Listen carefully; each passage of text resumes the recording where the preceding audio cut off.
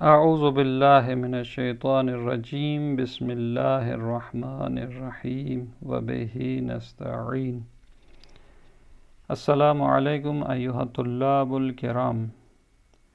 ہماری گفتگو قط کے بارے میں تھی، اور قط کے بارے میں جو دوسرا مسئلہ ہے اس کی طرف صاحب کتاب فرماتے ہیں الثانیۃ، تو یہاں قط کی مختلف صورتیں جو ہیں ان کو ذکر کرتے ہیں۔ ایک صورت یہ ہے کہ القاطع اذا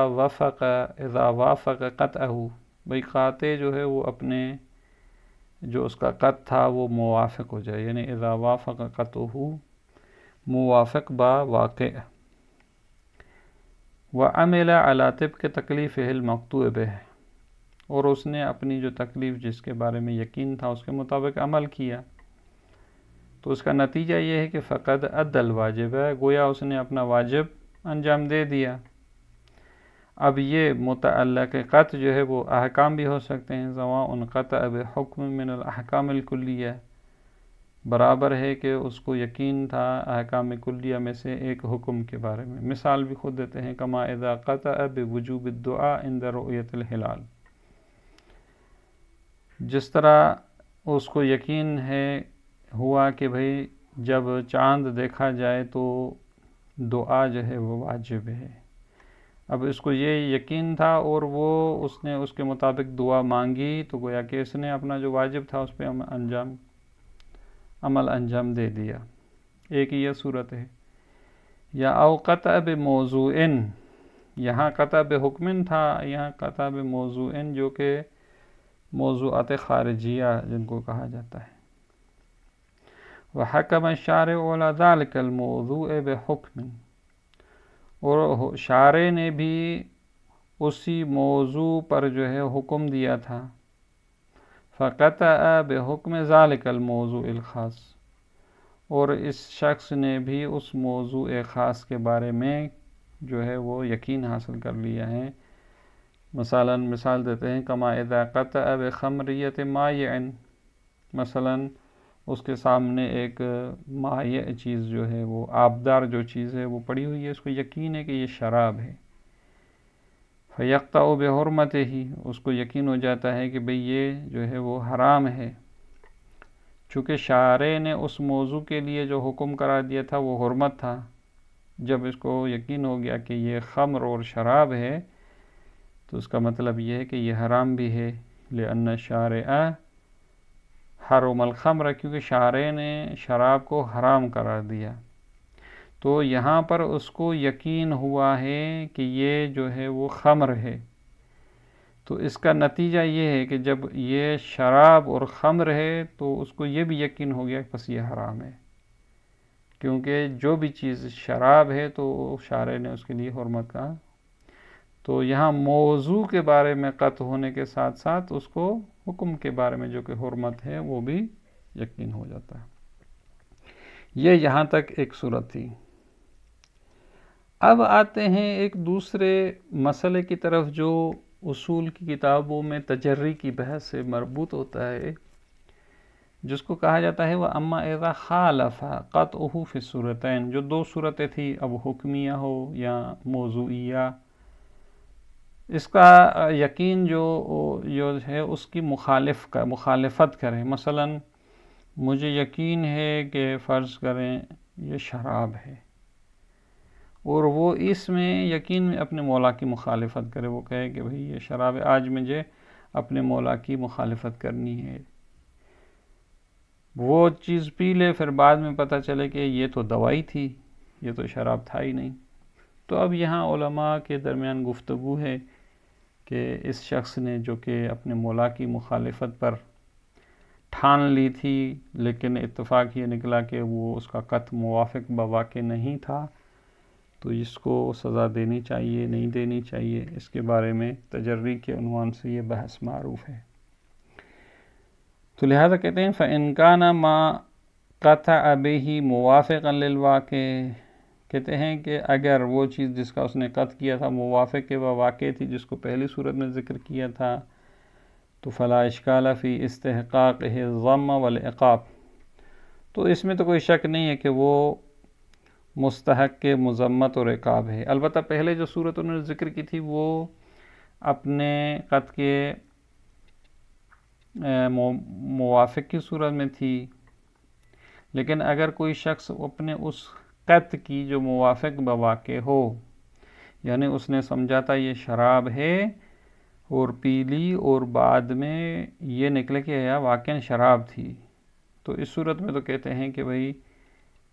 کوئی بھی جو ہے وہ اس میں اشکال نہیں ہے کہ وہ مذمت کا حقدار ہے، عقاب کا حقدار ہے،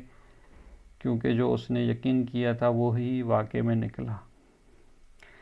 لیکن جو دوسری تجری سے بحث معروف ہے وہ یہاں ہے کہ وہ انکان مخالفاً، جو اس نے یقین کیا تھا وہ یقین مخالف بواقع ہو۔ یقین یہ کیا تھا، فرض کرے خدا نے کر دے کہ یہ شراب ہے اور وہ پی لے، تو بعد میں پتہ چلے کہ یہ تو دوائی تھی۔ فَيُنْقَلُ عَنِ الْأَكْثَرِ، اب یہاں اختلاف ہے اور اکثر جو علماء سے نقل ہے، القول باستحقاقه الذم والعقاب ایضاً، تو اکثر علماء یہ کہتے ہیں کہ اس مخالفت والی صورت میں، یعنی جب اس کے قط جو اس کا یقین تھا وہ واقع میں اسی طرح نہیں نکلا جس طرح اس نے فکر کی تھی اور یقین کیا تھا، تو اس صورت میں بھی اکثر کہتے ہیں کہ یہ شخص مستحق مذمت اور مستحق عقاب ہے۔ وکیل ایک دوسرے نظریہ جو ہے وہ یہ ہے کہ بعدم استحقاق العقاب، یعنی ایسا شخص جو ہے وہ مذمت کا مستحق ہے لیکن عقاب کا مستحق نہیں ہے، لعدم صدور المبغوض الواقعی للمولا منہ،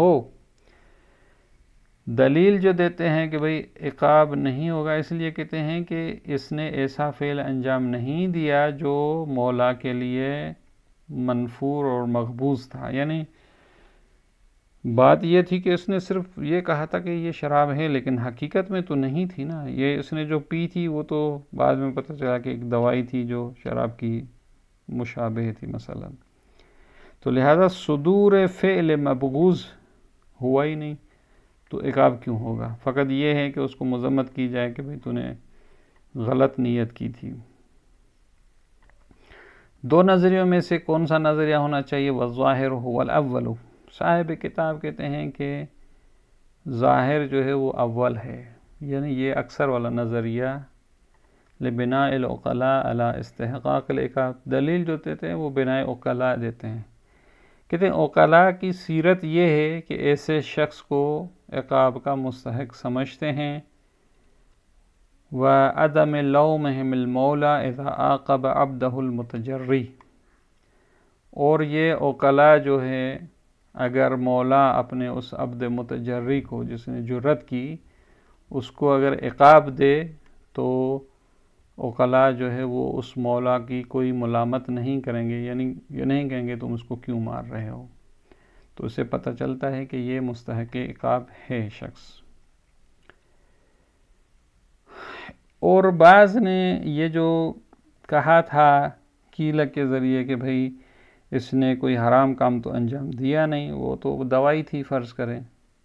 اس کا جواب دیتے ہیں وَقَوْنُ الْفِعْلِ غَيْرَ مَبْغُوضٍ لِلْمَوْلَى وَاقِعًا غَيْرُ قَادِحٍ، یعنی یہ فعل کا مبغوض مولا واقع میں نہ ہونا، یعنی واقع میں تو شراب نہیں تھا، تو یہ کہتے ہیں کہ کوئی مشکل ایجاد نہیں کرتا اس کے مستحق عقاب ہونے میں، لأن الفعل قد اقتصى صوبا جديدا ظاہريا بواسطة القطع بحکمه ولو اشتباہا، کیونکہ اس نے جو کام کیا ہے اب اس کام نے جو ہے وہ ایک جدید لباس پہن لیا ہے، چونکہ اس نے یقین کیا تھا اس حکم کے ذریعے کے بارے میں کہ بس یہ شراب ہے، ولو اس نے جو ہے وہ اشتباہ کیا تھا، لیکن اس کے یقین حاصل کرنے کے بعد جو ہے اب یہ فعل جو ہے وہ گویا کہ حرام بن چکا ہے، تو لہٰذا یہاں پر اس قط کے بارے میں اس فعل کا جو ہے وہ حلیہ ہی چینج ہو جاتا ہے، فَيَحْكُمُ الْعَقْلُ عَلَيْهِ بِوُجُوبِ الطَّاعَةِ، لہٰذا عقل اس کو کہتا ہے کہ بھئی تمہیں اطاعت کرنی ہے. جب تمہیں یقین ہو گیا کہ فرض کریں یہ شراب ہے تو تمہیں جو ہے وہ اس سے بچنا چاہیے. فَإِذَا خَالَفَ، لیکن اگر جب اس نے مخالفت کی، فَقَدْ خَالَفَ حُکْمًا عَقْلِيًّا أَمْضَاهُ الشَّارِعُ، تو گویا کہ اس نے ایک ایسے حکم عقلی کی مخالفت کی ہے جس کی شارع نے تائید کی تھی. تو گویا کہ یہاں پر جو ہے وہ حکم شارع کی اس نے مخالفت کی ہے. لِأَنَّ مَا حَكَمَ بِهِ الْعَقْلُ فَقَدْ حَكَمَ بِهِ الشَّرْعُ، کیونکہ جب حکم عقل جس چیز کے بارے میں حکم کرتا ہے تو شریعت بھی جو ہے اس چیز کے بارے میں حکم کیا ہے. بے معنی امضاہ و اجازہ، یعنی شارع نے اس کی تائید کی ہے، اس کی اجازت دی ہے. لا بے معنی انہ صار حکما شرعیا، یہ حکم بے شر سے مراد یہ نہیں ہے کہ شارع نے جو ہے وہ ایک حکم شرعی صادر کیا ہے اور وہ ایک حکم شرعی بن کیا ہے، بلکہ بے معنی یہ ہے کہ شارع نے اس کی تائید کی ہے. تو جب یہ ملازمہ یہاں پر ثابت ہے تو فَحِينَئِذٍ يُعَاقِبُ الشَّارِعُ وَيُصِيبُ عَلَيْهِ، تو لہذا شارع جو ہے اس شخص کو جس نے اپنے قط کی جو ہے وہ اس کو پتہ تھا کہ فرض کریں یہ شراب ہے لیکن پھر بھی اس نے انجام دیا ہے اور اپنے یقین کی مخالفت کر دی، تو شارع اس کو عقاب کرے گا. وَيُصِيبُ عَلَيْهِ، اور اسی عقل کی بنیاد پر اس کو ثواب دیتا ہے. تو لہذا یہاں مورد جو ہے وہ مورد عقاب ہے، تو شارع اس کو عقاب کر سکتا ہے. اب اسی کی مثال دیتے ہیں یہاں پر بحث کی. فَمَثَلًا لَوْ قَطَعَ الْمُكَلَّفُ بِتَجْهِيزِ مَيِّتٍ لَمْ يُجَهَّزْ، ایک شخص کو یقین ہو گیا کہ بھئی اس میت کو جو ہے وہ کفن وغیرہ یا جتنے بھی غسل وغیرہ دے دیا گیا ہے، مثلا در حال ہی کہ اس کو غسل نہیں دیا گیا تھا، مثلا تجہیز میت جو ہے وہ نہیں کیا گیا تھا، اس کو یقین ہو گیا کہ یہ جو ہے وہ مجہز ہے. سقط عنہ فی الظاہر وجوب تجہیزہ، اب ظاہر یہ ہے کہ اس سے وجوب جو ہے وجوب تجہیز میت ساقط ہے. اور والعقاب علی ترکہ، اور اگر یہ ترک کرے گا اس کو تو اس پر جو ہے وہ عقاب وہ بھی جو ہے اس سے ظاہراً ساقط ہے، کیونکہ اس کو یقین ہے کہ بھئی جو ہے یہ اس کو غسل دیا گیا ہے. اب اس کے برعکس وَكَذَلِكَ الْعَكْسُ كَمَا لَوْ قَطَعَ بِعَدَمِ تَجْهِيزِ مَيِّتٍ مُجَهَّزٍ، اسی طریقے سے اگر انسان کو یقین ہو جائے کہ بھئی ایک میت کو غسل نہیں دیا گیا در حالی کہ اس کو غسل دیا گیا تھا، مجہز تھی وہ، وَلَمْ يُجَهِّزْ ہو، اور یہ اس کو جو ہے وہ تجہیز نہ کرے. یہاں پر یہ ہے کہ یعنی یہاں اس کو قطع یہ حاصل ہوا تھا کہ بھئی اس کو میت کو مجہز نہیں کیا گیا، یعنی غسل نہیں دیا گیا، تو اس کے اب ذمہ داری یہ تھی کہ اب اس کو غسل دے، لیکن ولم یجہز ہو، لیکن اس نے اپنے یقین کی مخالفت کی اور اس کو غسل نہیں دیا. کیونکہ جب دیکھ رہا ہے کہ ایک میت مسلمان ہے اور اس کو غسل نہیں دیا گیا تو اس کی ذمہ داری ہے کہ اب غسل دے، لیکن اس نے اپنے قط کی مخالفت کرتے ہوئے اس کو تجہیز نہیں کیا، تو یہ تجری کے زمرے میں آتا ہے. فالظاہر ترتیب الشارع علی اثر علاقتہ، جب اس کو یقین ہو گیا تو ظاہر یہی کہ شارع جو ہے اس کے قط پر ترتیب اثر دے گا. فیستحق العقاب علی اہمالہ وعدم تجہیزہ، لہذا اب یہ شخص جو ہے مستحق عقاب ہے کہ اس نے کیوں اس میت کو اسے چھوڑ دیا اور اس میت کو جو ہے وہ غسل نہیں دیا، لہذا اس پر جو ہے یہ مستحق عقاب ہے. اور اسی بات کی طرف کہتے ہیں وَلَعَلَّ فِي الْحَدِيثِ الْقُدْسِ خِطَابًا لِلْعَقْلِ، اب چونکہ یہ حکم عقلی ہے تو کہتے ہیں حدیث قدسی میں بھی جو ہے وہ عقل کو خطاب یہ ہے کہ بِكَ أُصِيبُ وَبِكَ أُعَاقِبُ، یعنی اے عقل میں تیرے ذریعے سے بندوں کو ثواب دوں گا اور تیرے ذریعے سے عقاب ہی دوں گا. تو اشارۃ الی ھذا المعنی ایضاً، تو یہاں بھی ایک شخص کو جب یقین ہو گیا کہ بھئی اس میت کو غسل نہیں دیا گیا تو اب عقل کہتا ہے کہ بھئی آپ اس کو جو ہے غسل دیں. اب اگر کوئی نہیں دیتا تو یہ شخص جو ہے وہ عقاب کا مستحق ہے. اب ایک دوسری مثال دیتے ہیں. اضرب لک مثلا، کہتے ہیں ایک دوسری مثال دیتا ہوں. لو ان رجلا سأل النبی صلی اللہ علیہ وآلہ وسلم، اگر کوئی شخص جا کر پیغمبر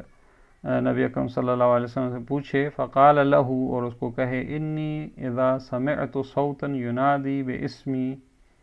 ہلم الی، وہ کہتا ہے کہ اگر میں سنوں ایک ندا دینے والے کی آواز کو جو مجھے دے رہا ہے اور کہہ رہا ہے ہلم الی، میری طرف آ جاؤ، وانقذی من عدوی، اور مجھے میرے دشمنوں سے نجات دو، الذی یرید قتلی، وہ ایسا دشمن جو مجھے مارنا چاہتا ہے، وَأَيْقَنْتُ أَنَّهُ صَوْتُكَ یا رسول اللہ، اور مجھے یقین حاصل ہو جائے. یعنی یہ یقین کی یہاں سے اس کو ربط دے رہے ہیں کہ مجھے یقین ہو گیا کہ اے پیغمبر یہ آپ کی آواز ہے. فَهَلْ يَجِبُ عَلَى الْمُبَادِرَةِ لِإِنْقَاذِكَ إِذَا كُنْتَ قَادِرًا عَلَى ذَلِكَ، آیا مجھ پر جو ہے جلدی کرنا آپ کو نجات دینے کے لیے واجب و ضروری ہے مجھ پر، جبکہ آپ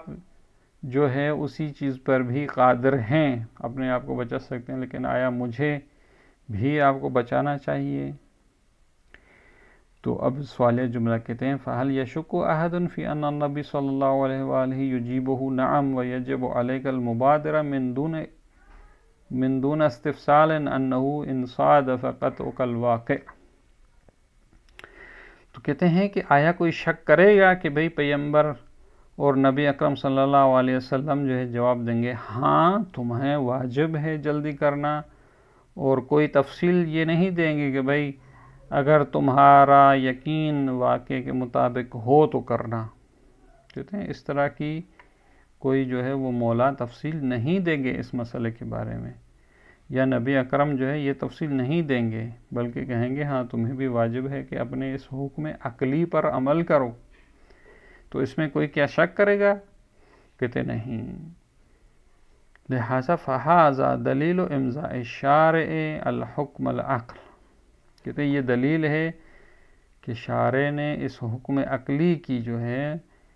تائید کی ہے کہ جب آپ کو یقین ہو جائے تو اس یقین پر آپ عمل کریں. فَإِذَا ثَبَتَ إِمْضَاؤُهُ لَزِمَ تَرَتُّبُ الْأَثَرِ عَلَيْهِ مِنَ الْعِقَابِ وَالثَّوَابِ. شارع کی جب تائید ثابت ہو جاتی ہے تو ترتیب اثر دینا عقاب اور ثواب کا جو ہے اس پر ضروری ہو جاتا ہے. تو یہاں سے یہی پتہ چلتا ہے وَلَعَلَّ فِي الْأَخْبَارِ الْمُشِيرَةِ بِظَاهِرِهَا إِلَى تَأْثِيرِ النِّيَّةِ الْمَعْصِيَّةِ فِي اسْتِحْقَاقِ الْعِقَابِ. اور کہتے ہیں کہ بہت ساری روایات میں جو ان کا ظاہری معنی اسی طرف اشارہ ہے کہ جو نیت ہوتی ہے وہ بھی